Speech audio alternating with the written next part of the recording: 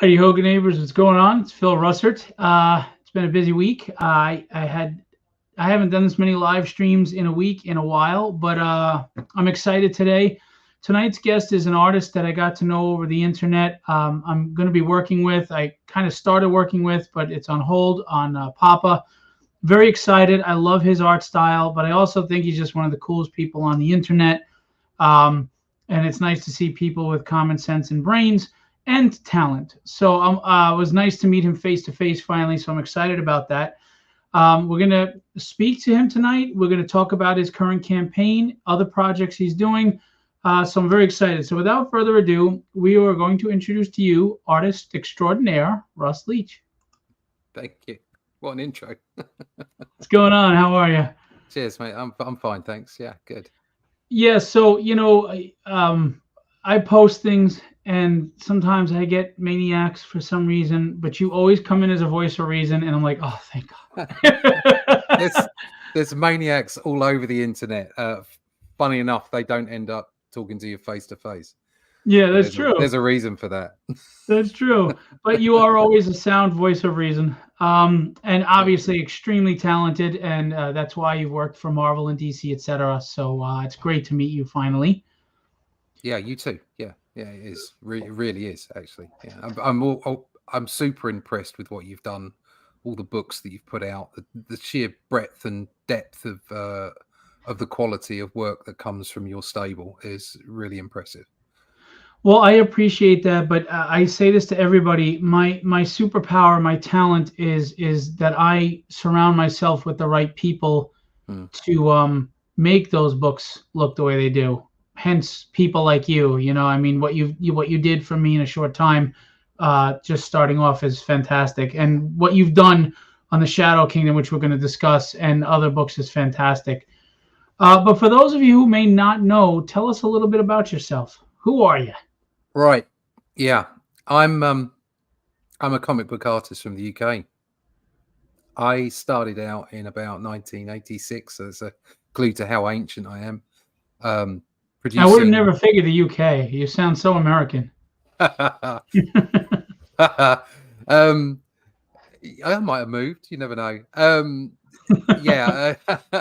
I started out in 86 in publishing, production, design, marketing, advertising. So I was in that field.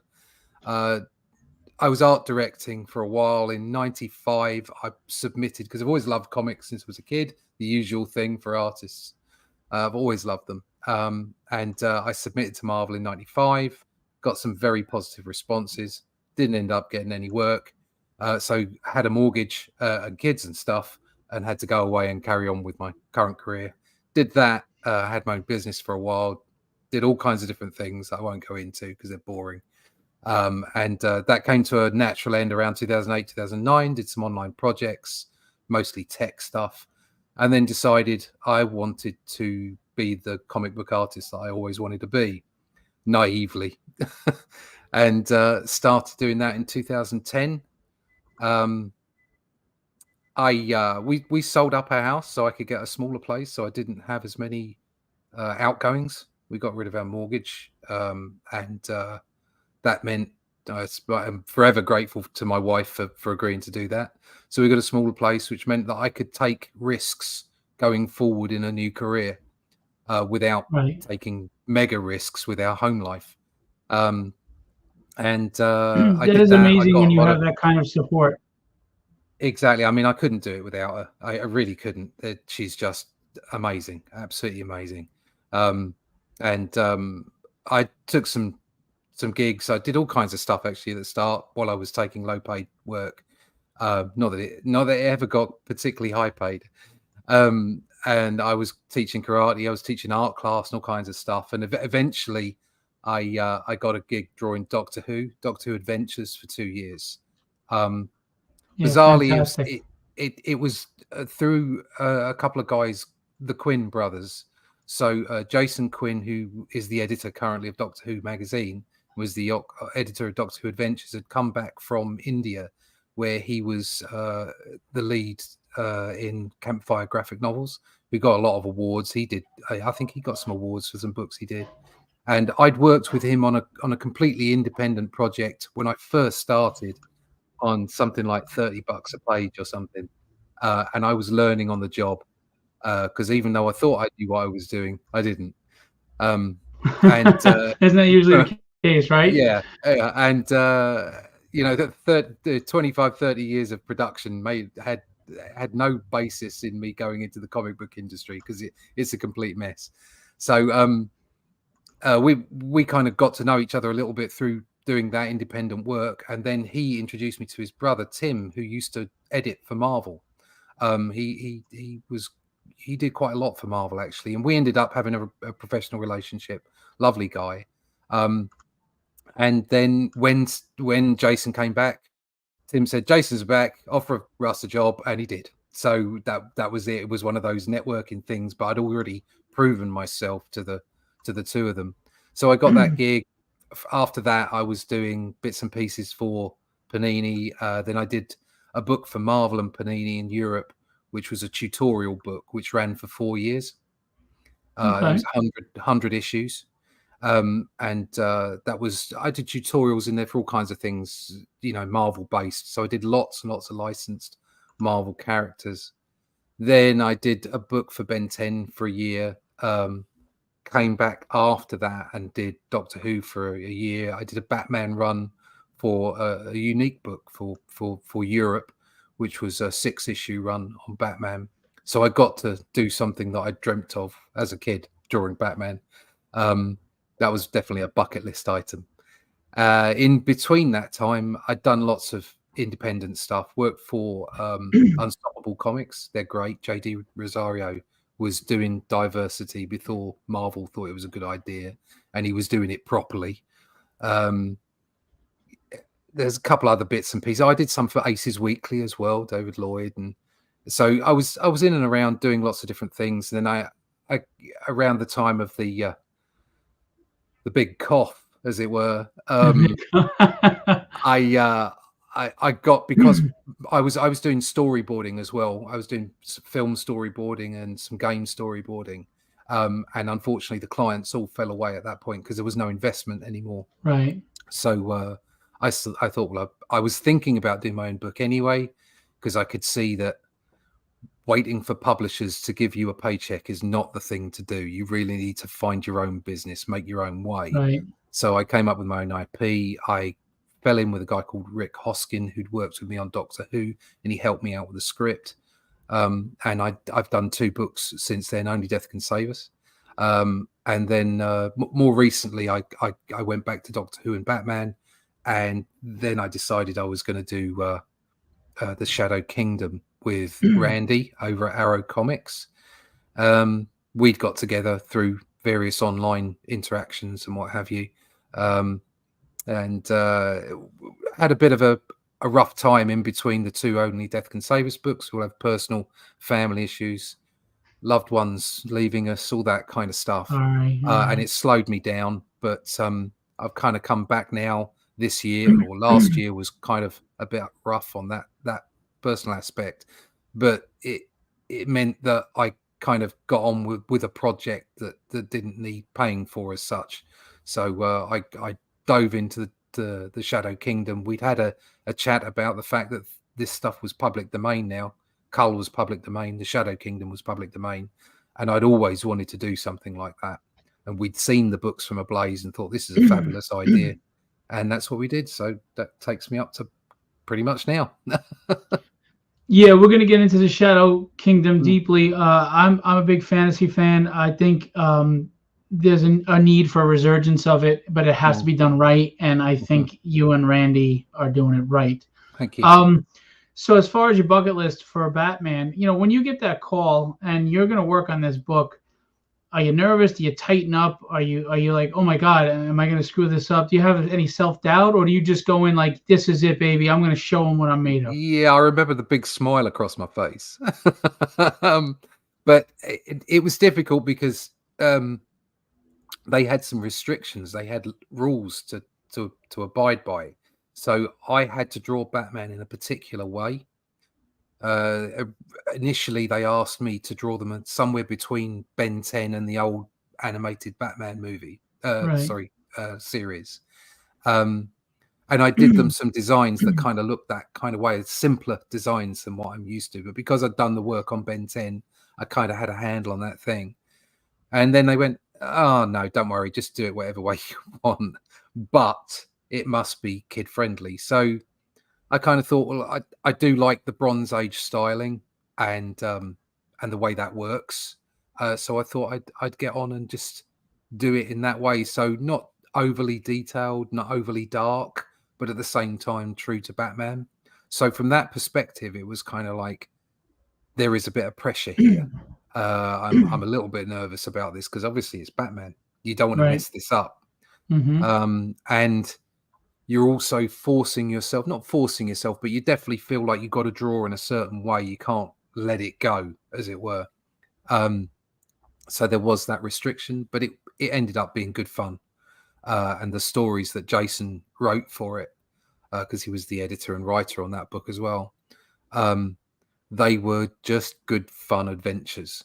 There was no other meaning to them other than the fact this is Batman having an adventure against the Penguin, against the Joker. You know, it was just great fun. So yeah, obviously there are a few nerves, but you get over it.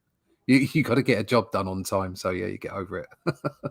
And I'm not talking style-wise because you have your own distinct style, but your versatility reminds me of one of my all-time favorite artists, actually over near you, Ian Churchill.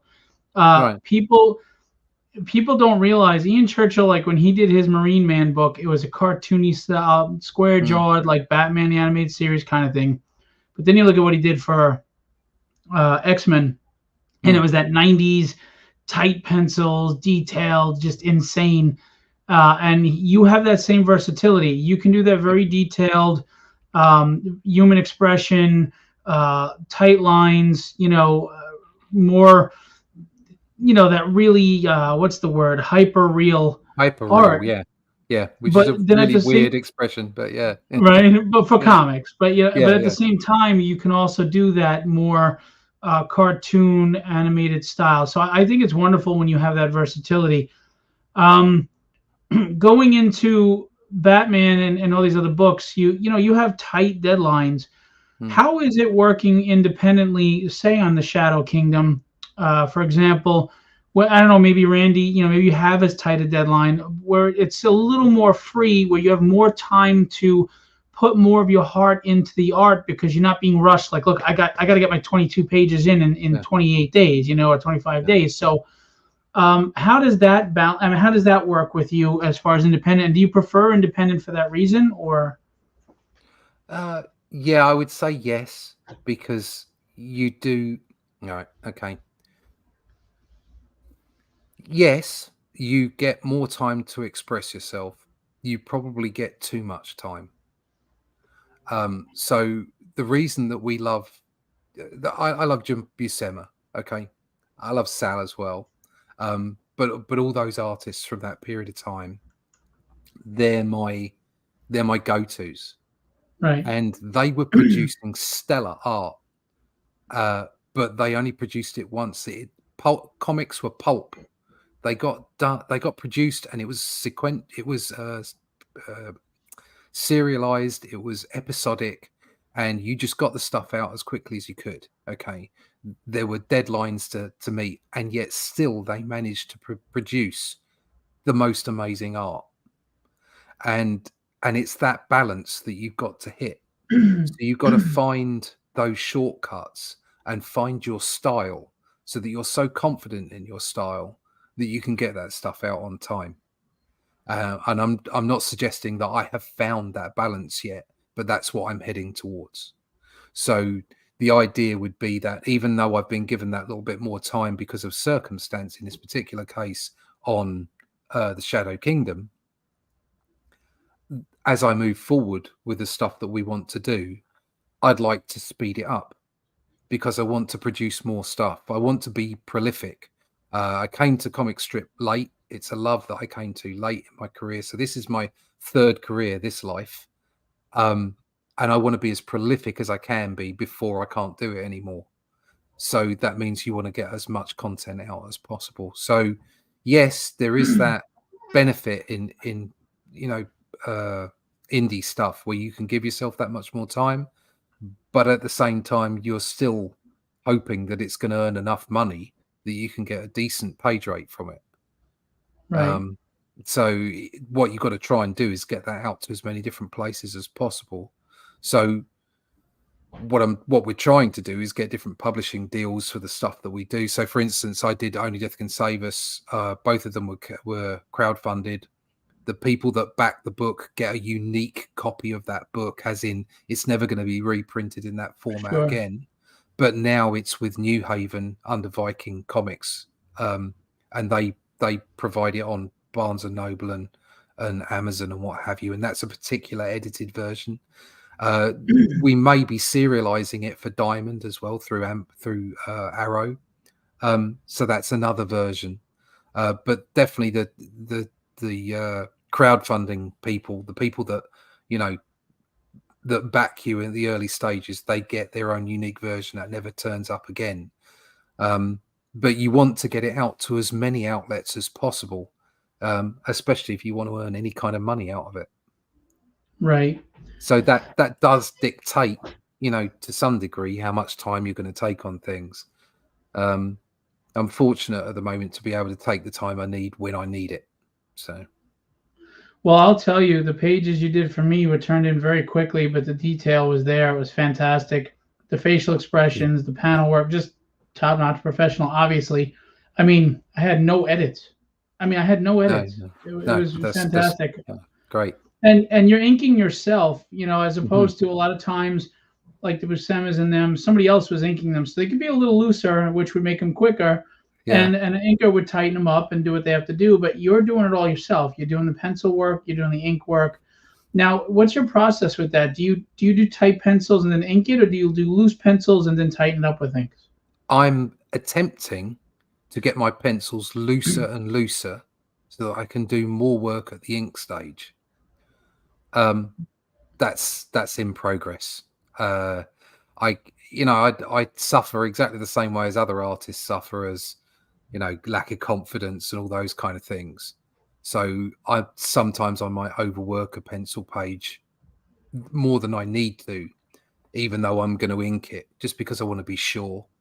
And that's the kind of thing I want to flatten out, as it were. But I pencil my pages in Clip Studio. I consider Clip Studio much like a light box. So back in the day when I'd do stuff on a light box, I'd draw stuff, and if something wasn't quite the right size, you just photocopy it, slip it underneath, retrace it. And I just see it as it's just a digital light box, really. That's the way I view it. So I don't use any of the extra bits and bobs, bells and whistles. I literally just draw in and use the layers while I sketch. And then when I'm happy with it, I pump it out, print it out to Blue Line on artboard on 180 GSM Bristol paper, and then I ink it traditionally. So tell us about your original creator-owned IP. Tell us about the story, why, where we can get it, why we'd be interested in checking it out, because I know you're going to be continuing that. This is here we go. These are the crowdfunded versions, I think. Yeah, these are the crowdfunded versions rather than the New Haven versions. There you go. This Only Death Can Save Us one there. And they're if you like Bronze Age stuff, if you like cosmic storytelling, if you like Jim Starlin, Warlock, or maybe Negative Zone, Fantastic Four, that kind of stuff. It's a bit wacky like that. Cool. And it's kind of drawn that way as well. So he goes this page there. Let me see. Hang on one second. I'm gonna. There you go. So that's a printed page. Nice. It's it's bonkers kind of stuff. It's good fun. Nice. Where are we? Yeah. So it's that kind of stuff. I've got a third book being written at the moment, so I've kind of roughed out a plot. Rick is the writer is going through it, and we'll sort of have a writer's room about it, and then he'll lay out the plot and sort of more of like the Marvel way, and I'll just put the pages together, and then he'll lay the script over the top of it at the end.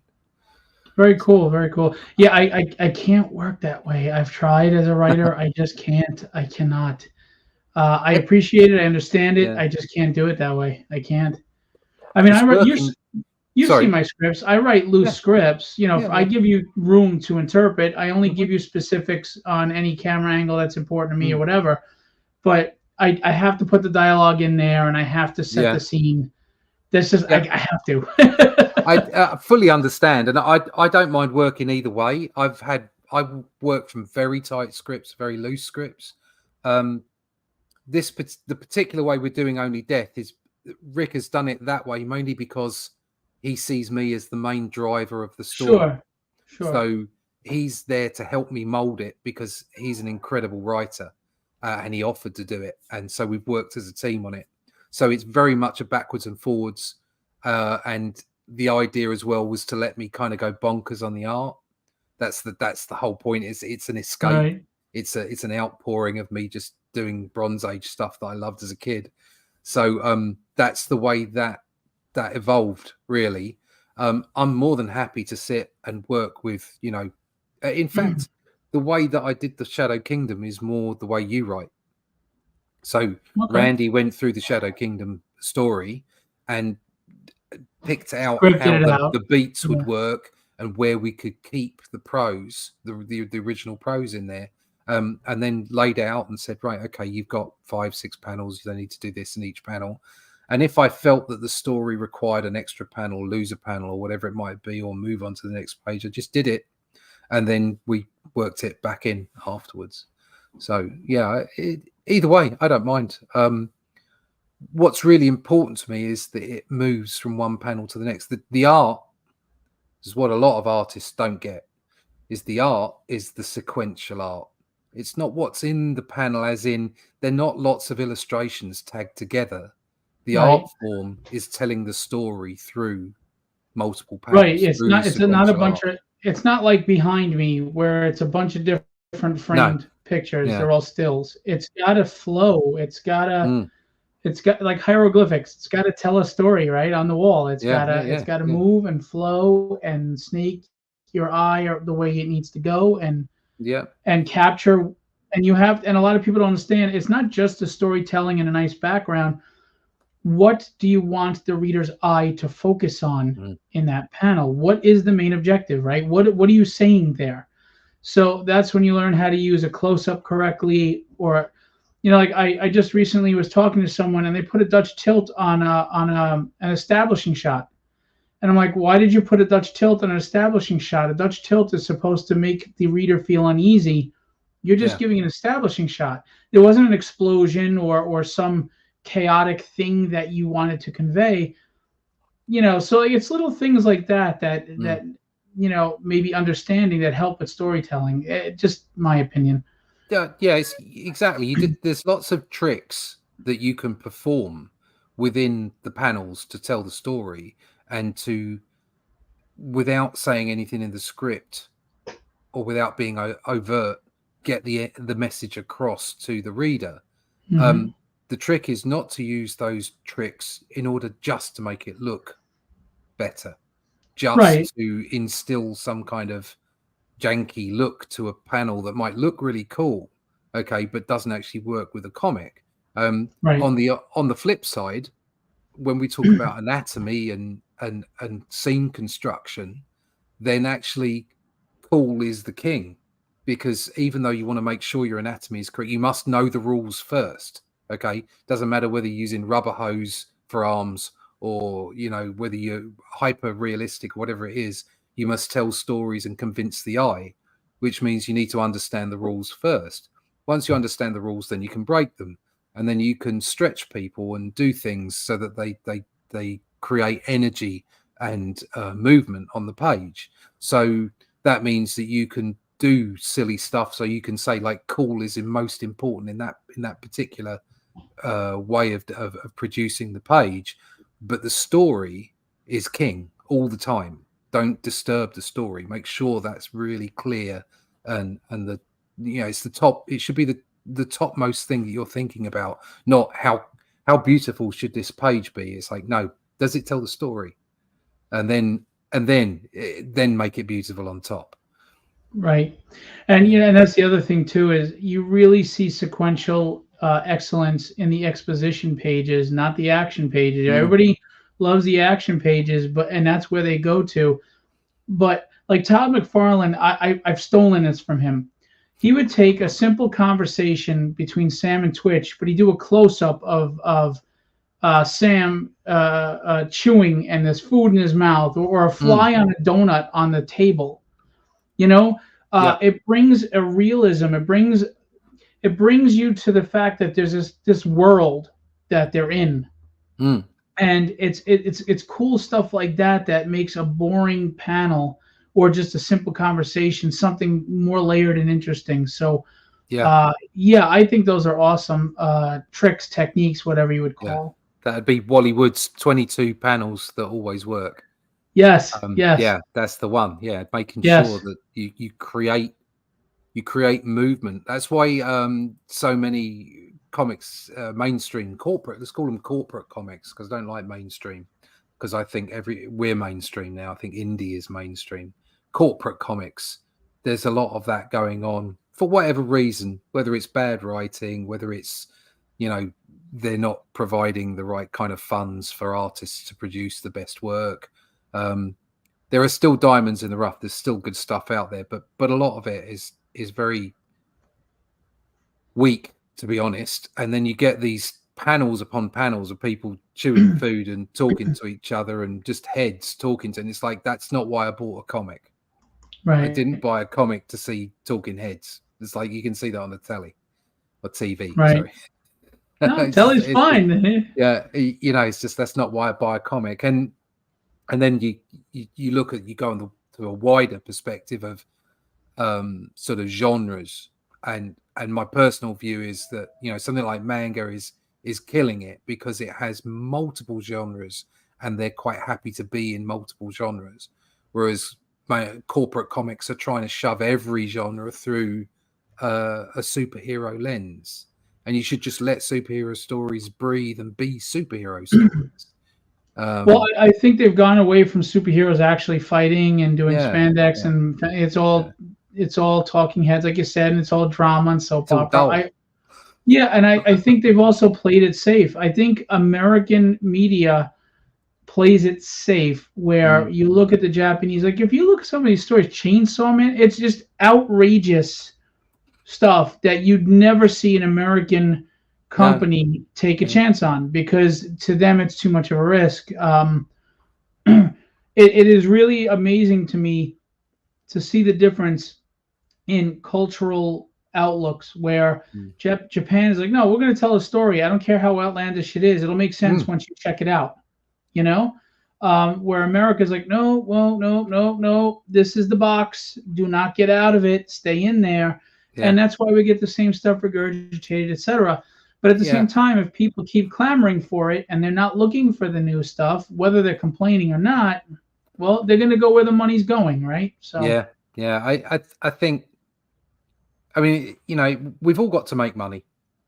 Companies have to make money. Publishing companies have to make money. And there's no doubt, you can look back at what Marvel was like when I was a kid, and they were into making money, but the way they made money was making comics. Okay, they had lunch boxes and the occasional T-shirt and stuff like that, but their business was making comics. And I think the trouble is those companies are now owned by huge corporates, and they don't care about comics. They make money out of other stuff. They want the comics to be the commercial for the merchandise and the movies, and they don't care as long as the costumes on the page. They don't care, and so that's the problem. It's not enough money. It's Roland Mann. He was over at he used to be with Malibu, and he's doing Silverline Comics now. And he told me a story about it. He said, look, he said, we used to have a meeting about whether a book would get a green light or not. And he said at Malibu, it was like, will it make money? Whereas Marvel was, how much money will it make? Right. Yeah. One was like, as long as it could make money, that's great. Let's get it out there. Let's do this. This is a good idea. Where the other is just like, no, it must make a certain amount. And comics are getting lost in that. They're getting lost in the fact that they are really not seen as a viable business. What you want to do is, people that say there's not enough money in comics, there can be. You can make millions in comics. You just can't make billions. And for some businesses, that's just fine. But for the big corporates that currently own corporate comics, it's not fine. So they do different things. They see things differently. They produce things differently. Yeah, I don't like when people say there's no money in comics. Obviously there is, or it wouldn't still be around and people wouldn't be living off of it. It's a matter of, well, what do you consider money in comics? Like, are you looking to be rich? Not everybody's going to be Todd McFarlane, and even he had to go to a toy company and others and movies and TV shows, etc. But can you have a modest living doing what you love? Of course you can. Of course you can. So, that's really subjective to the individual, I think. I mean, right now, if I was selling my, 20,000 copies of my book a month, I technically could live, not comfortable, but I'd be making a decent amount of money that I continue to put the book out, and I'd be doing. Now, if I did that with 3 or 4 titles, that's the equivalent of 80,000 copies a month. Yeah, I'd be doing okay.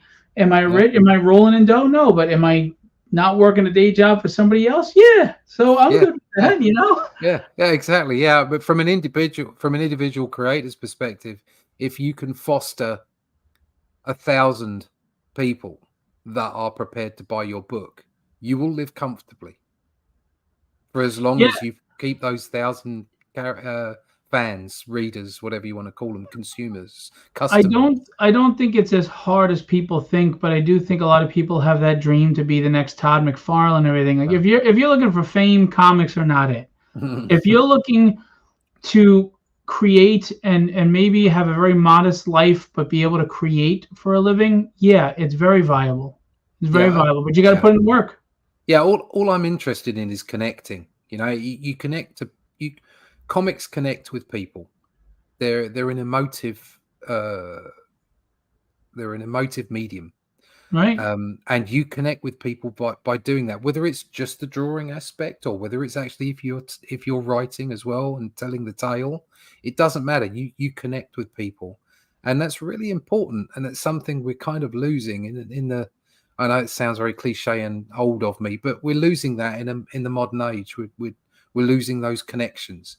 And being able to have some, it's definitely a two-way street as well. So if you can connect with someone, you can get that story out. They can feel something from it. Maybe they're inspired by it. If I inspire one person in the whole of my creative career, I've done something good.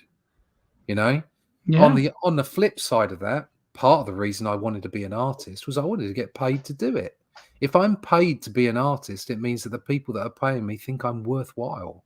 It means that there are people out there that are willing to pay for me to draw their book or draw a commission or whatever it might be. That's incredibly fulfilling. It's not about the money per se. It's about the value that people, put on it. Yeah, put on it. The value and the investment they have in you. Exactly. And your talent and your hard work. Yeah, and your money, let's get this right. Time is the most valuable commodity we have. And when you get paid for a job, that's because you used your time in order to get paid.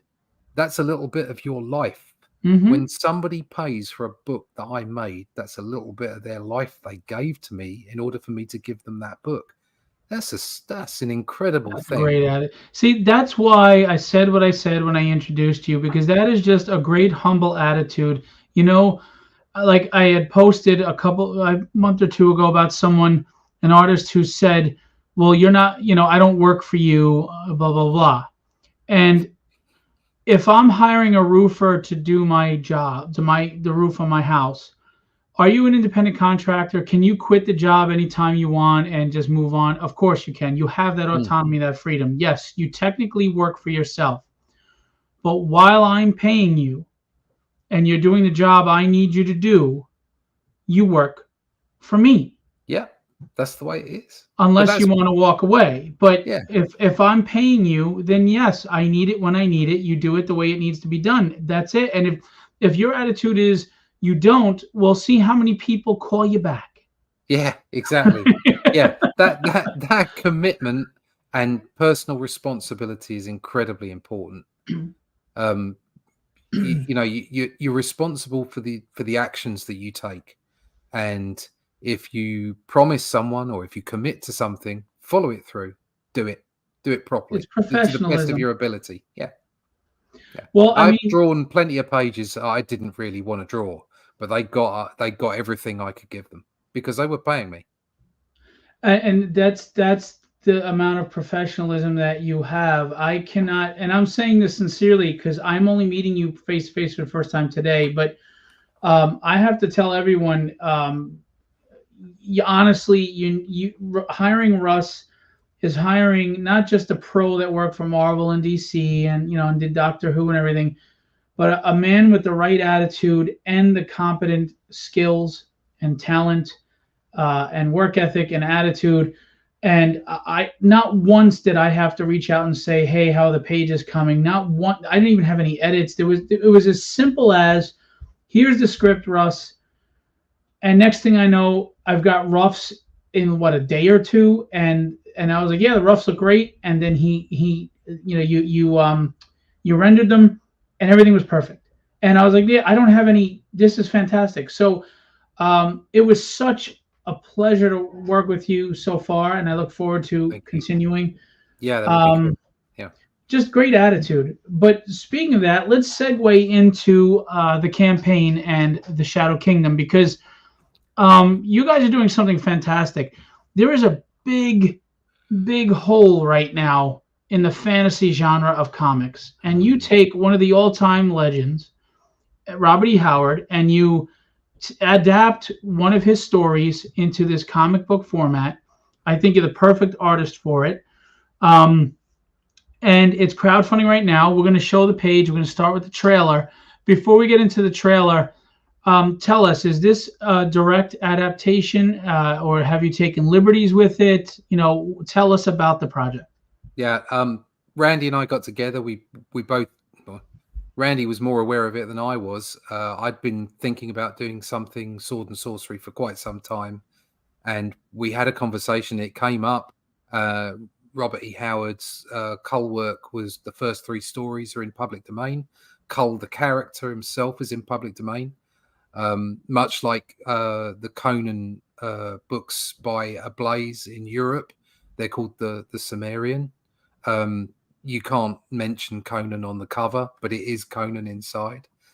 So we can do the same thing. We can call it the Shadow Kingdom. We can put it out as public domain. And that's something I always wanted to do, was do, this kind of sword and sorcery stuff. I absolutely loved Conan as a kid. I've been rebuying old magazines. Nice. Buscema is my absolute top artist. And it was just... not that I'd ever compare myself to somebody like that, but he's someone I aspire to, and he is an inspiration to me, along with lots of other Bronze Age artists. But Buscema really does it for me, and we just thought, well, let's get on with it and do it. And I had I wouldn't call it a hole, but because of personal circumstance last year, it was the right time to do it. So I just got on and did it. And Randy, who loves Robert E. Howard, loves that whole genre, the pulp genre, is a huge collection of comics as well. Fantastic collection. He's done it justice, and he's left it as intact as possible in order to fit it into the 69 pages of strip that we've got in there. And then we have the original prose as well. I think it's about 25, 26 pages with spot illustrations in it, in the book as well. So you get to compare the two, awesome. And you can read the original prose as well. I think that's awesome. So we're going to show the campaign. We're going to start with the trailer. Okay. I'm going to, as handsome as we are, I think we're going to do this. Let me know if you don't hear the sound. You should, but Yep. sometimes for some reason it's quirky. Yeah. In the time before That's good. Atlantis sank and the lands of the world were savage and untamed, one man would claim his destiny. Leaving his Atlantean tribe behind and throwing off goals of Lemurian bondage, he sailed the seas as a pirate captain before seizing his place as a king. And now that he has the throne, how long will he be able to keep it? This is the Shadow Kingdom, the classic sword and sorcery tale by Robert E. Howard, adapted by Randy Zimmerman, with artwork by Russ Leach. Available now at fundmycomic.com. Very cool. By the way, I love when people understand that, especially because of people's attention spans, short to the point trailers are the way to go. Nobody sits through 2-minute trailers. So very good. No. Perfect. Thank you. I think the other thing that, I mean, this is something that happens quite a lot on Kickstarter, is people talk about the team and their inspirations and all that kind of stuff, which are all very interesting, but don't put that up front. Leave that for people to find out about you. What people want to see is, right, what's it about and what am I going to get and how much do I have to pay? It's a very simple consumer issue. No, you're right. It's what am I getting for my money, and why do I want it? Yeah, absolutely. So this is over it's over 110 pages, 69 pages of beautifully illustrated strip. The original prose work, like you said, is in there. There's a foreword by Razor Fist. Additional art for the limited edition. So there's a limited edition version. This is the limited edition. Effectively, what you get in crowdfunding is not what will happen when it goes out to publishing elsewhere. So there you go. Awesome. And it's perfect bound. Very good. So I've seen the artwork, and I love your artwork as it is, but it's just perfect. It fits perfectly. So tell us as we scroll through about it. Yeah, well, it's there's the other thing there is it's classic Bronze Age retro colors. So the idea would be at some point, not too far in the future, we'd want to do a black and white version of it as well. But we wanted to do a compact version that was as marketable as possible, that everybody would enjoy, and that would be a reasonable price, and that would be a good size. So we went for a retro color, like a sort of a Bronze Age color feel, as many pages as possible within the limit of the of the budget. And so we went for that. $25 for a 110 page graphic novel. We, crowdfunding, we don't think that's huge expense. Agreed. And it's a quality volume. You get quality stuff in there. So that's what we went for. At a later date, we'd quite like to do an oversize presentation of the original ink work on it, much like the artisan stuff that Dark Horse do, or is it IDW? IDW did all the artisan books. We'd really quite like to do that as well. So, but obviously that's going to be a completely different feel and a completely different book, and will probably be hardback and a lot more expensive. So we wanted to get this out so that as many people could buy it as possible. Very cool. So $25 gets you the limited edition here. Again, not a lot of money for such a large book. $35, you get the artwork with the color print with the graphic novel. Yeah. Here's some sample art. It doesn't scroll independently like Kickstarter, so we're going to do this. And here for $40, you get the black and white prints, pre-production cover art. Yeah, so that one on the right, that was my original cover, but I decided to go with the one on the left. So you get the original cover art there. Very cool. And again, it's only $40. I want to remind everybody, I say this all the time, and maybe some of you get annoyed, I'm sorry, but we spend, and I'm not telling anybody how to spend their money, but we do spend money on things like alcohol, cigarettes, drugs, Happy Meals, all these things that we consume and it's gone. And they're not healthy for us. And that's your right. Do what you got to do. But if you could just put away a little bit of money every month and pick one independent campaign to support, like this, it makes a big difference in the world of the indie community and for creators and artists like Russ, so we can keep hiring artists like Russ. So, again, $40 is not a huge investment, and it is a property that is already a stable, solid property. You're not going in blind like you would be for one of my books. This is a famous writer, established, with classic tales, and you can see for yourself the art. So it's a no-brainer that you're not wasting your money. It's not a risk at all. So I'm just going to say that right now. Thank you. It's good to read as well. I mean, the prose that Robert E. Howard puts together, his wordsmanship is beautiful. It's a beautiful thing to read. And it really is worthwhile just reading it. I know you can probably get it completely for free online, but we present it well here. Glenn Fleming, an artist friend of mine in the UK, he's done a huge amount of stuff. He's done a great Kirby book. He did an interview with Jack Kirby where he went over there and actually went to his house and sat with him. And it's a beautiful book. And Glenn's an artist in his own right, and he helped out on those bits and pieces. So, yeah. And that's the thing is, to get it in the one volume, it's actually really nice to compare it to the translation into the sequential storytelling of it, right? I mean, we all read a novel or a novella and we have our images in our mind. Well, now we have them presented to us, and you can compare it right there with the prose book, which I think is really cool. I think it's a wonderful idea. And if you look at the art, it's a throwback, like he said, Bronze Age sword and sorcery fantasy. I mean, who doesn't miss this? Yes. I mean, I miss it.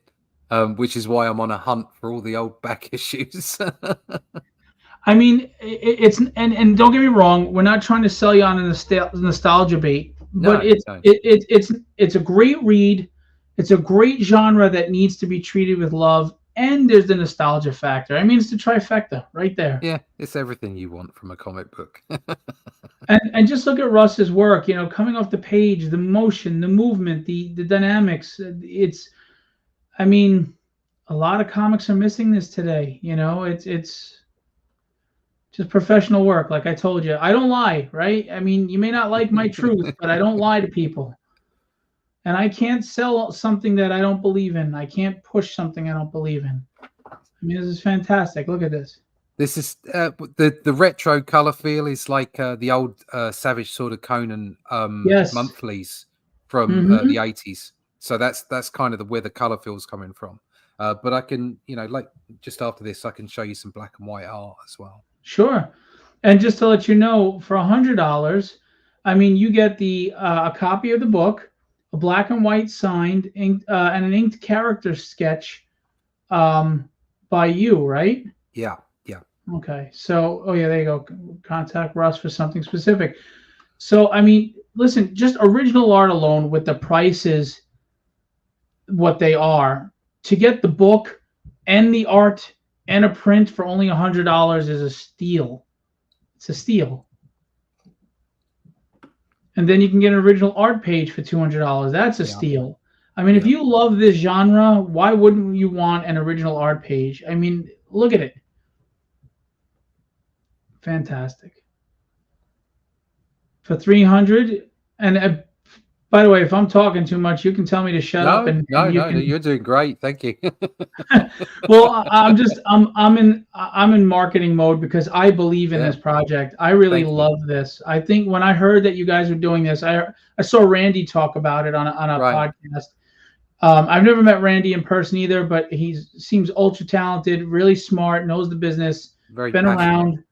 And very passionate about this, and just knowing you from what I've encountered, I knew this was a match made in heaven. So, thank you. These splash art pages, they're like the one you see just on the left there. That's like a splash art. So there's multiples of them throughout the book, and also the chapters with the chapter name actually on the artwork. So it's not been put on by text. Later, it's actually drawn into the artwork. So all of those, basically all of those are batched together, and they're slightly more expensive. Okay. Still, I mean, again, with what art costs these days, I mean, $300 will get you a bust on a sketch cover at this point. Mm. So it's still a steal. Original cover art, published cover art, $400. I mean, come on, guys. Especially if you're a publisher, indie publisher, you know what you're paying for covers. Very nice. And this is some of Glenn's work as well. So what we did was we played around with color and did some bits and pieces. So that original cover that I did, that's fully inked up, and then the others are prints of my work where he's gone in with inks and watercolors and painted over them. And Very cool. the central one is actually part of the presentation of the original prose within the book. So. Very cool. And you want to tell us about the special features here? Yeah, Razor Fist is doing the forward. Whatever you might think about his politics, he's a genius at ranting, and he's certainly a big Robert E. Howard fan. I happened to find that out, and I approached him and said, "Do you fancy doing a forward for us?" And he jumped to the chance, bless him, and did that. The special presentation of the original prose, as we've spoken about, and there is some additional production art in the back of the book. I'm just doing now some extra pages for the back of the book that will be put in, that won't be in any other version. Very So cool. there you go. Then you got the original art, like we discussed. This is awesome. See, I like to buy all the original art to the books that I hire artists for. I like to own it all. God knows it's not easy, but no. I do. Well, I give out 2 prices to people now. So I give out a low price of page art, but I keep the page art. Right. They get the digital version. They get to use it in their book. Right. They pay for it. That's it. That's the end of that. But I can, if the book does well, then the page art goes up in value, and I can sell it later on. Right. So, it's the same with Marvel and DC and any other publisher. Yeah. Exactly. Yeah. You don't have the rights to the characters. We have the rights to those pages that you drew, and that's your work. Absolutely. Yeah. Which I'm going to want the pages to my book that you're working on at some point. We'll work out the price for that later. Yeah, no problem. But what it does mean is that, especially for smaller publishers, it means that they can get that art for a better price. Right. So if I'll be fully transparent here. My price is going out at the moment about $110. Okay, for a page of penciled and inked art, and that's probably quite low. But yeah, for your talent level. At the same time, people have got budgets.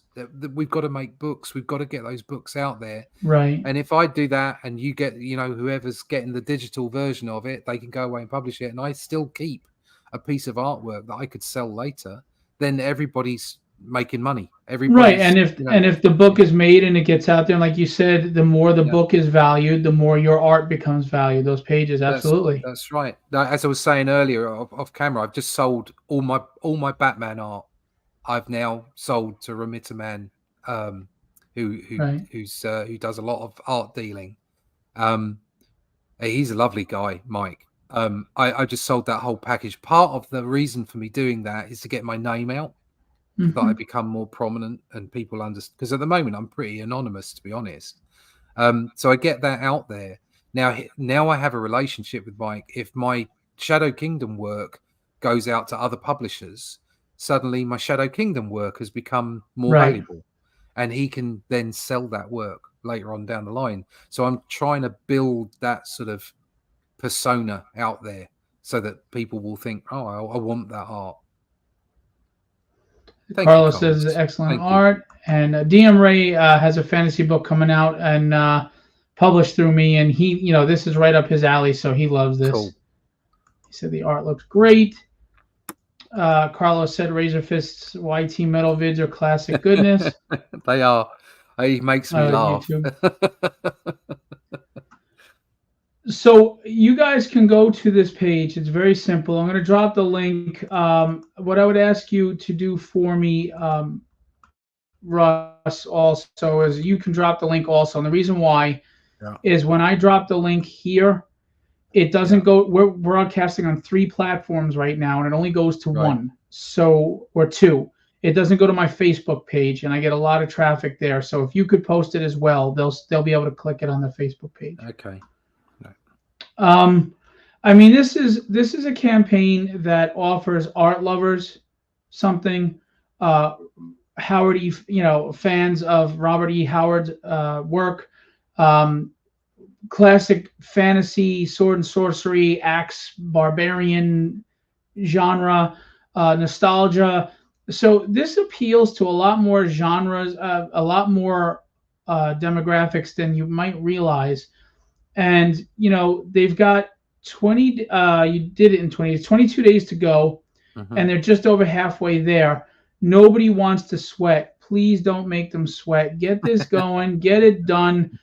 Give them an extra cushion and support. And I want to remind you, if for whatever reason, maybe it's not your thing, but you do want to support because you do want to see projects like this thrive, you can contribute any dollar amount, $1 or more, without reward. So you don't, if you don't want it, or if your family member is going to yell at you for taking up more space, you get too many damn books, donate. But everything helps. So where we said down at the bottom of the page there is something that I put on every campaign I do, and that is where are we? Down the bottom, yeah, all the way down. There you go. Spread the word. So we know it's expensive. We know that life is tough at the moment. If you can't do this, then if you can just share it, just share the information. There might be somebody else out there that might want to buy it. Right. And if you can do that, we'd be so grateful. Thank you so much for anybody to do that for us. So, you can just help out by doing that. I share people's projects out all the time. I'm constantly sharing. In fact, I very rarely say anything on Twitter or Facebook or anything. I rarely comment. Most of my stuff is just look at this art, look at this project. Yeah, you've shared out my stuff, and I'm grateful. Thank you. And that's all I do because I love comic books and I love great art. So just share it out. If you can share it out, thank you. That and the fact that Russ has 50 illegitimate children that he has to feed. So you got to help him. I almost made him spit out a drink. I use that line all the time. It's not new to the regular viewers. Yeah, look, it's the same thing I say all the time. I know you get tired of it, but if we want to see creativity thrive, not just the comic book industry, we all know it's not going to go anywhere. We talk doom and gloom. Comics will always exist, but will creativity?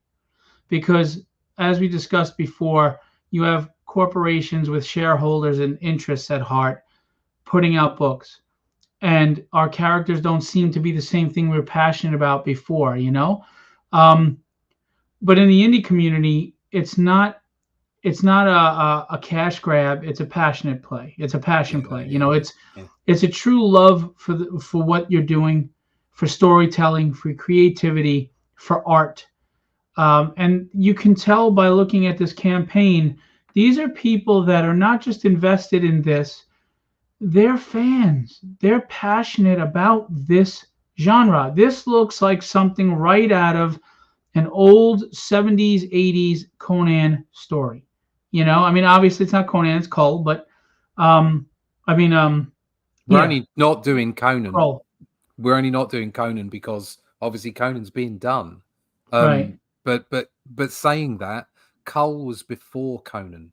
Right. Cull, he had to redo. I think with This Axe I Rule, he had to redo the story for the pulp magazine that it was going out in. So Cull was the original, and Cull's a little bit more thoughtful, but he's kind of like two extremes. So Cull is a little bit more thoughtful, but at the same time, he's got more of a sort of a madness, a sort of a savage madness about it. When he goes for it, he's off the scale. So there's so much more depth to Cull, and that's something that we're going to do as we go forward. we'd like to take him and put him into something called the Atlantean. So like I was saying earlier about the Sumerian that Ablaze did in Europe, we're going to do the Atlantean, and we're going to take Cole and Brawl, who is his mate, his friend, his warrior partner, and they're going to go out on the road looking for adventure. Basically, they're after getting rid of the Shadow Kingdom, which is all of the lizard people that are in control in the background, which is not a comment on today's current political structure, but it might be.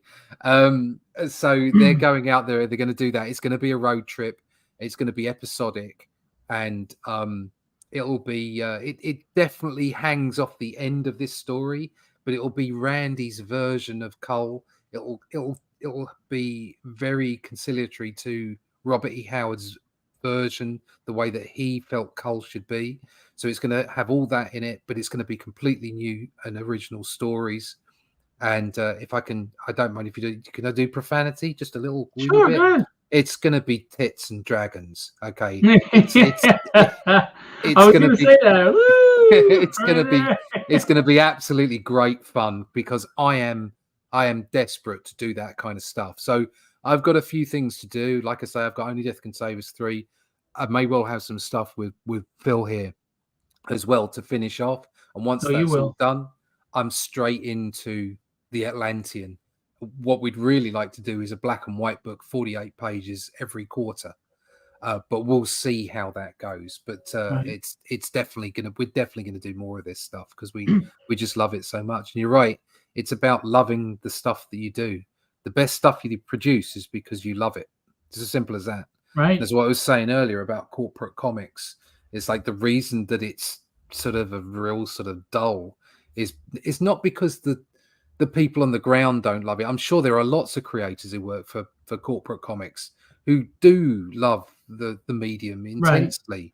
But they still answer to somebody else. Yeah, they still answer to somebody else. There's too many people on their way through, on the way out to the other end to go and work for Netflix, whatever it is. That they're not there for the comics, and that's what we are. Everybody in the indie crowd, everybody, even if they've got sort of aspirations to sell toys and stuff later on, they're still in it for the comics.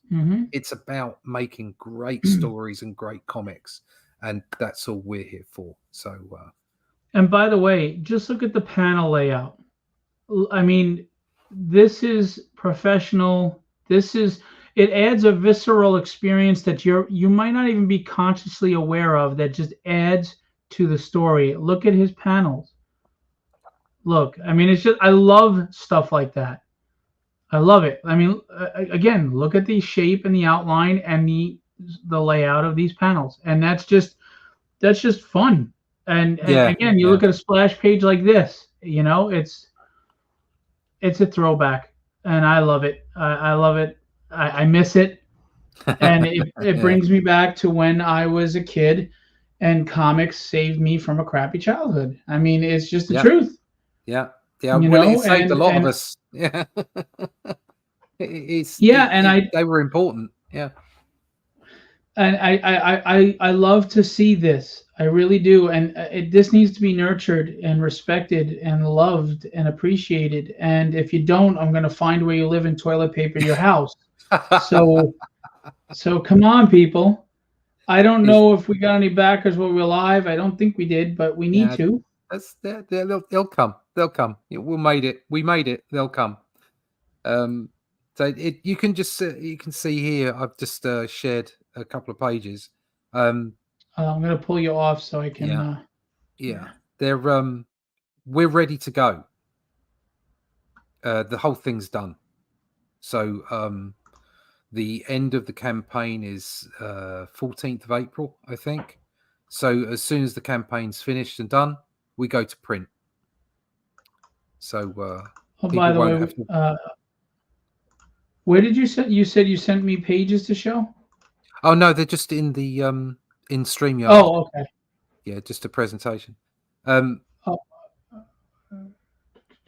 Oh, there we go. You see that? Sorry, I wasn't looking over there. That's okay. So they're ready to go. Everything's ready to go. You can see this. So this would be one of those. I just love that. Look at that. These would be one of those pages. This is actually in the artwork. It's not been put on afterwards. So look at that, you can see the guys. kind of thing that's going on. Who's the letterer? That's Randy. Randy lettered it. Nice. And that way he could edit it as he went through as well. Very nice. So yeah, that worked pretty well. That's the other thing. Books like this have a specific lettering that will make or break the book, and he captured the style. Randy knows what he's doing, and he cares about this genre. Fantastic. So there you go. There's another title page, so you can see what's going on. That's actually written into the page. We did another one up here. I love that. They're the like the pages I was talking about, the splash pages. Yeah. Yeah. And there's another title page. You can see it's on the steps there. Nice. So, so as you can see, they're all lettered. They're all ready to go. And we've also, let me just show you the black and whites. Okay.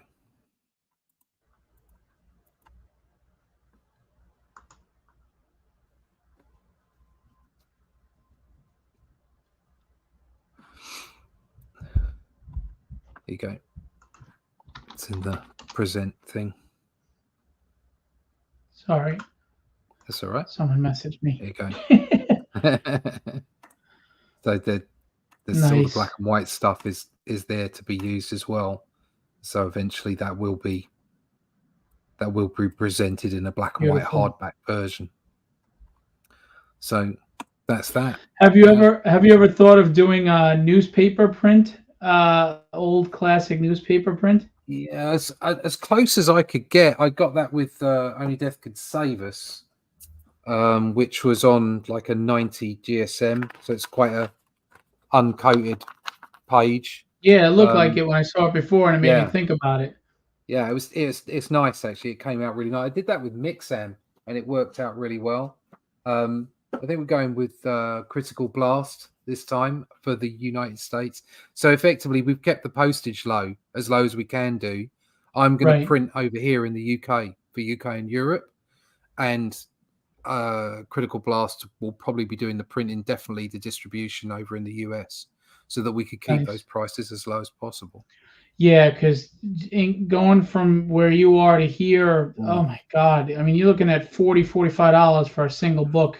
Oh, not so bad actually. Over this way, I was doing it for $15 postage to America. To America, yeah. The UK postage isn't that bad, but it's still even less if you do it within the US, obviously. Because like Australia is like $35 to $50. Yeah, you go to Scandinavian countries, it's $60.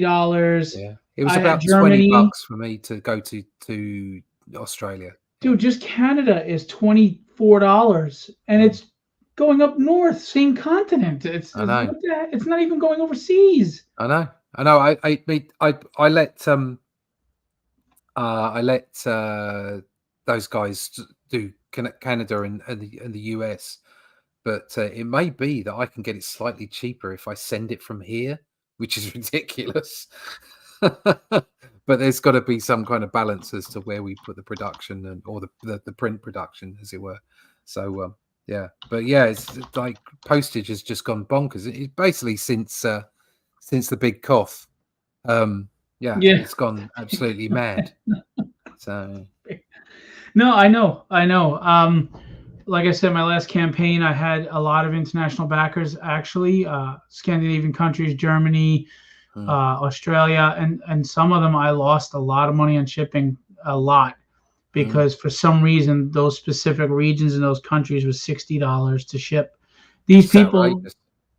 Yeah, I mean, and these people wanted the book, and of course I had a half that for shipping, thinking because everywhere else was $35. Yeah. So, but you know what? I'm gaining readers. It is what it is. You know. Yeah, it's about building that that mass, isn't it? It's about building that readership. Yeah, definitely. You know, I do think a lot of creators, I'm not saying it's the wrong way but they're like, well, I got to make money off everything. You never give away stuff for free, blah, blah, blah. I'm like, okay, I get that. But you know what? Well, you're selling to your 5 to 10 people, or maybe the same 50 people.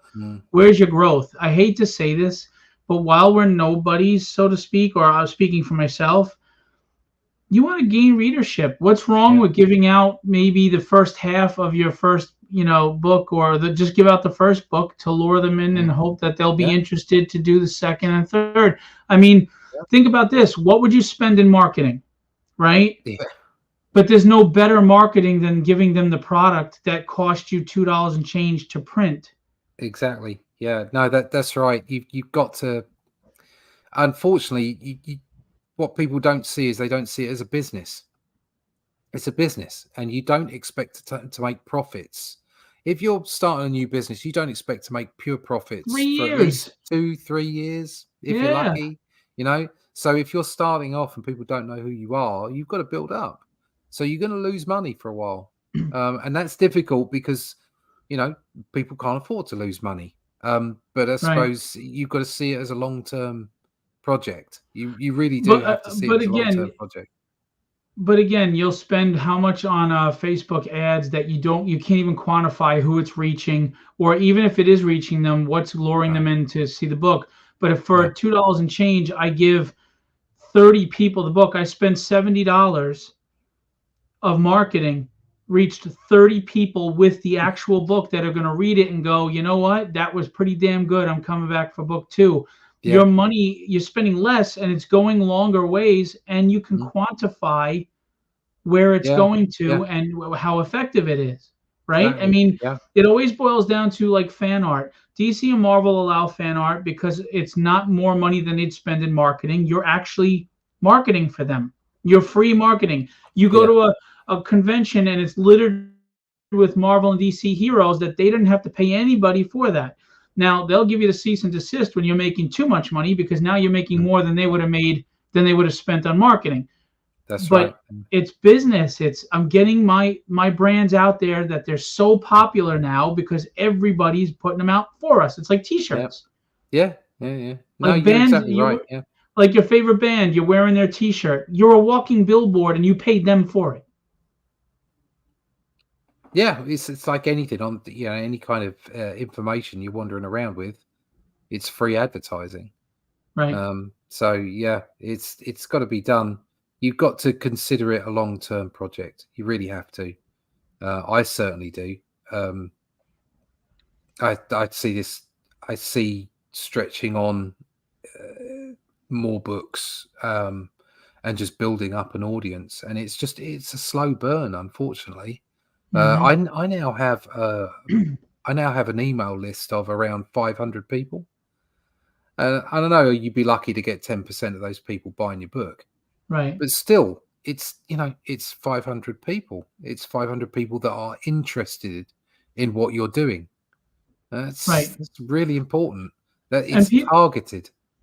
And people have to remember, just because they don't respond to that communication or that campaign doesn't mean it's not on their radar when they see you at a convention or when they see you building momentum. They go, you know what? I've seen that guy on my feed 10 times, or you know what? I never read his emails, but I've gotten like 10, so I'm familiar with this guy. What is he doing? Now they look.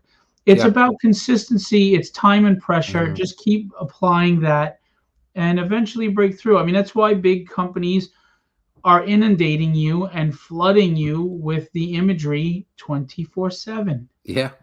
Just so that it's recognition. Yeah. Yep. Brand recognition. That's why you buy a book over somebody else's book. I know that person. I don't know that person. Okay, I'll do that. Like Russ is really from Brooklyn and has a Brooklyn accent. He's just doing this to sound classy. Classy. He's like, I'm classy. Okay, Robert E. Howard, I'm classy. Ooh. Give me some coffee. Yeah.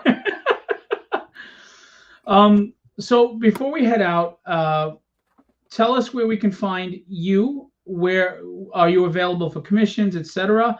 And then give us a good elevator pitch why we want to back this campaign. Okay. All right. Okay. First things first. You can find me at russleach.com. Everything you require is there. So you get connections to all my social medias, Instagram, Twitter, my YouTube channel, Comic Book Black Belt. We do a show on for a Friday morning and a Sunday afternoon. And it's just basically looking at masters of comic books. So if you like comic book art and you like the old stuff, come check me out and you'll see some really good stuff. You're saying Masters of Comics. I'm sorry, I don't think I could be on because of the time difference. Well, yeah, we reached out, but you were asleep. Yeah. It's sleep at the wheel. It is focused mainly on the art, it must be said. So yeah, you can find me at russleach.com. Everything's there. Through one way or another, you'll be able to go to the Shadow Kingdom over at Fund My Comic. I think we're on the front page anyway. Just as a small note, I'm using Fund My Comic because there are no gatekeepers there.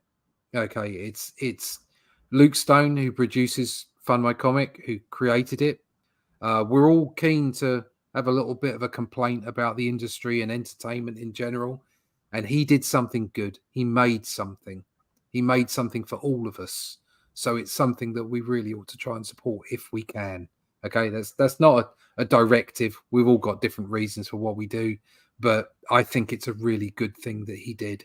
And I wanted to bring this book there, so that's why I did it. Doesn't mean I'm not going to go to the other fundraising platforms. Of course I am, but it's a great platform and it deserves some love. So that's why I went there. So you can get all my connections over at russleach.com. As far as the elevator pitch is concerned, this is the original sword and sorcery story by the legend, Robert E. Howard. And without bigging myself up, it's the best work I've done. It's fantastic stuff. We've absolutely poured all of our love into this book. And because of that, we're convinced that you'll enjoy it. And then once you've enjoyed that, you'll be hungry for the rest of the stories that we're going to produce in the Atlantean in the coming years. Very cool. Russ, man, it was great to finally meet you face to face. Yeah, it was lovely, mate. Really nice. When you go on other platforms, if you want to come back, you have an open invitation. So does Randy. You guys are welcome to come on, hang out. Thank you. I'll give you a list of whose house I had to toilet paper, later. I'm excited about this. I'm really, I'm, I want this, and I don't know why anybody wouldn't want this. So go get it, so I don't have to go on a tirade because nobody wants to hear my mouth. But it's absolutely worth it.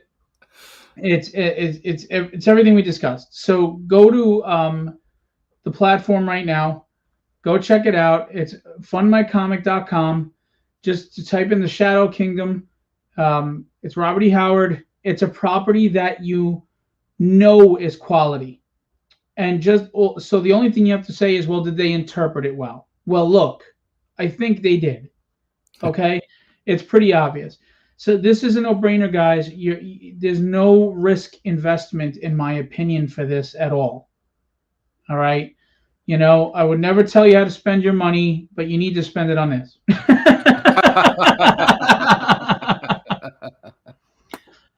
Good stuff. Russ, man, you have a great night. I mean, you're 4 hours ahead, right? It's after midnight there. Yeah, it's 20 past 1. Wow. I'm used to it. When you go on a crowdfunding campaign, you expect to do the late nights for UK to the US. My main market is the US. I have to say, I think about 70-80% of my book sales are to the US market. So, I have to be available. It's as simple as that. You want to get out there and sell books and reach people, Well, you risk keeping your wife awake. You don't want her to kill you. And no, she's asleep. She went to bed. Well, she's a keeper the way she supported you and was willing to do those sacrifices to help your career. That's a wonderful human being. She is. So you obviously see that Russ is a man of good judgment. Therefore, this book is something that you'll want to invest in because his judgment says to go buy the book. So thank you. Russ, man, have a great night and get some rest. And I will be talking to you more about Pop-Up. Yeah. Thank you very much for your time. Thank you for having me on. Thank you. Yeah, man. Honestly, it was a great pleasure, and you're welcome back anytime, like I said. Thank you. Thanks for the chat as well. Take care. It does with onion.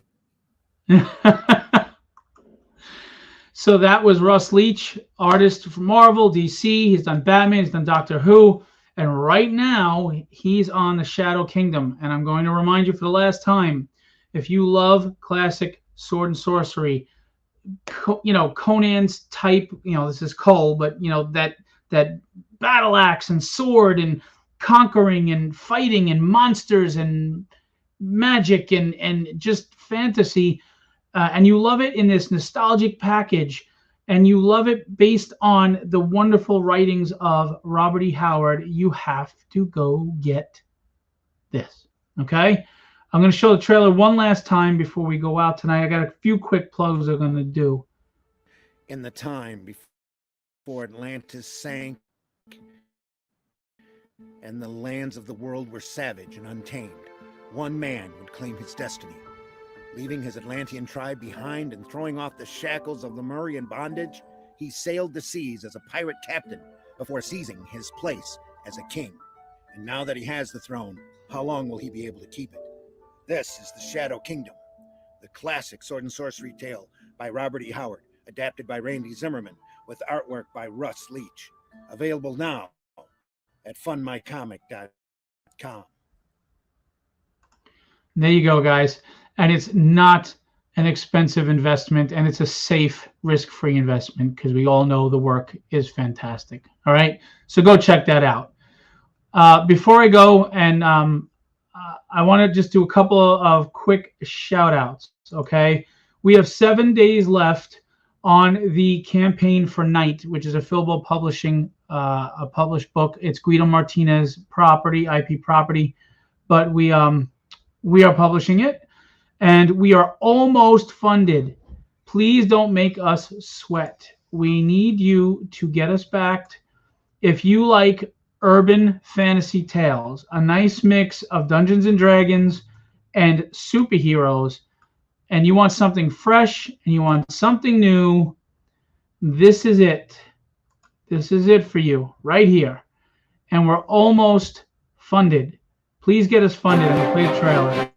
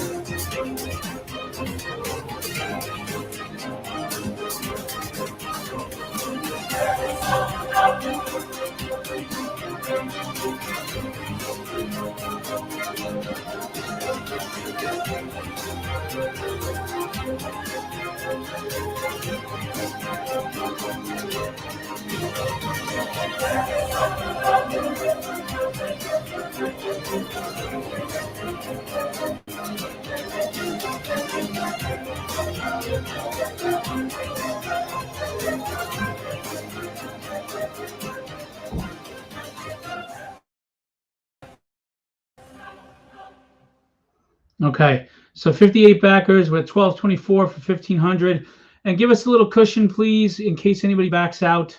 That always happens. But you got 3 beautiful covers. You got heroes, villains, which is most people's favorites, my favorite, and the battle cover.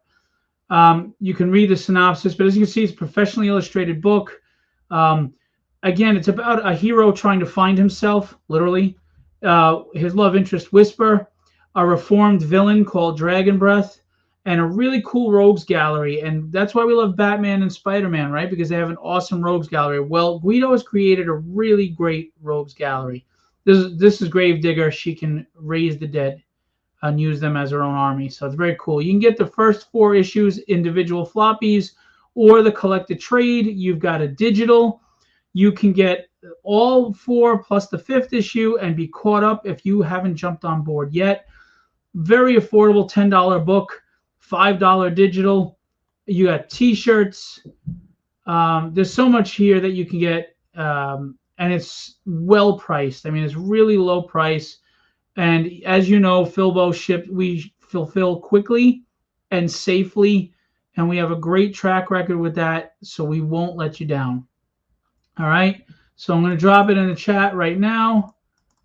I'm sorry, I got quick shout outs, and then we're going to go. I don't want to hold Russ up, who's kind and waiting, so I apologize. Hang with me a minute, Russ. I'll get to you. I promise. I promise. All right. I want to remind you, March 28th, in 7 days, I am launching my version of an artist edition. You heard Russ talk about it earlier, how IDW does their artist editions. Well, this is my version. This is a sequential edition. There's no lettering on the inside. It's all sequential pages from issues 1 through 5 of Tragedy, 150 pages, plus major covers by Bill Sienkiewicz and Will Spataccio and Tyler Kirkham and David Mack and Chris Bachalo and so many others. And I'm telling you, this is a beautiful book. And I am proud of this. And it's hard to open with one hand. But this is going on March 28th. And this is a really important campaign for me, and I'm going to tell you why. Proceeds of this book on this campaign go to making Papa happen for my dad, who's got stage 4 cancer, and he's battling, and he's, he's got other health problems that are popping up. And Papa is a tribute to him that we both really want to get in his hands, if possible. Russ is an artist for 2 chapters of that 110-page graphic novel of Papa. And if you want to pay Russ's 50 illegitimate children and give them a future, I need you to back this campaign so that I can pay Russ and the other artists and get that book created. There will be original art for sale. I do not sell original art for Tragedy, but this is too important. My dad is more important, of course. I will be selling some big name published covers from very successfully sold Tragedy books. All right. Real quick, if you love, while we're talking about Shadow Kingdom, if you love fantasy, sword and sorcery, etc., here's D&D. This is the Madcaps by Ray Jameson, which I am publishing. I'm going to show you the trail is not up. Okay, but I'll show you the covers. Where'd it go? There's the main cover by Jimbo Salgado. It's a D&D fantasy tale that is written differently than your average tale. It's really cool. It was spawned from a campaign that he did. 4 friends reunite after a time apart to solve a problem in this village. We won't go into it deeper than that right now, but as you can see, there's amazing art attached. It's a well-written, different story than anything you've seen in D&D in a long time. And it's going to have miniatures and a 20-sided die. You could start your own campaign with these characters. Yes, go to DM Ray on Facebook, and the trailer is on his page right now. You got to send me that file so I can put it on, Ray. And there's going to be some great stuff available. The die, 20-sided dice, die, I should say, the 4 miniatures, a laser engraved wood panel, and here are some interiors. This is going to be awesome if you love Dungeons and Dragons. And again, we're talking about Shadow Kingdom. This is a genre that doesn't get enough representation these days. It deserves it. It needs it. You want it. You're going to go back Shadow Kingdom, and you're going to go back Madcaps. Also, because you don't want me toilet papering your house. So that's that. And we're going to leave you with one last shout out I want to give to you. If you guys like kaiju and manga and all this good stuff and things like that, you're going to want to check out the world of Nebulon. Now, these guys put out 2 anthology books that were very successful on Kickstarter, and they have 2 10-page previews from the world of Nebulon. Well, this is the collected volume in 1 floppy of that story. Hit that notify me of the campaign. I'm going to drop the link in the chat. There's Shadow Kingdom again. And you're going to want to follow this. And I'll tell you why you're going to want to follow this. The reason why you want to follow this is, I mean, World of Nebulon is a preview to a new world of tokusatsu comics, bringing what people love about Power Rangers, Godzilla, Ultraman, and more, made by fans and artists that love the genre. So if you're into Power Rangers, Godzilla, Kaiju, Ultraman, all that stuff, you're going to want to check this out. It's a fun book. I got to read the work that they put in those anthologies, so it's a lot of fun. They have a lot of passion, just like Russ and Randy do for Shadow Kingdom. So go sign up for that now and help them get to a strong launch. All right, I've talked enough. Look, I appreciate all of you who come out, who support independent comics, who support Philbo Publishing, who keep this genre strong with love and passion and creativity and just inspiration. All right. So keep plugging along, keep pushing, keep trying, keep making it work, and just keep creating, because you can never tell enough stories and bring enough characters to life, in my opinion. Having said that, I'm going to leave you with what I always leave you with. Be legendary and have fun storming the castle.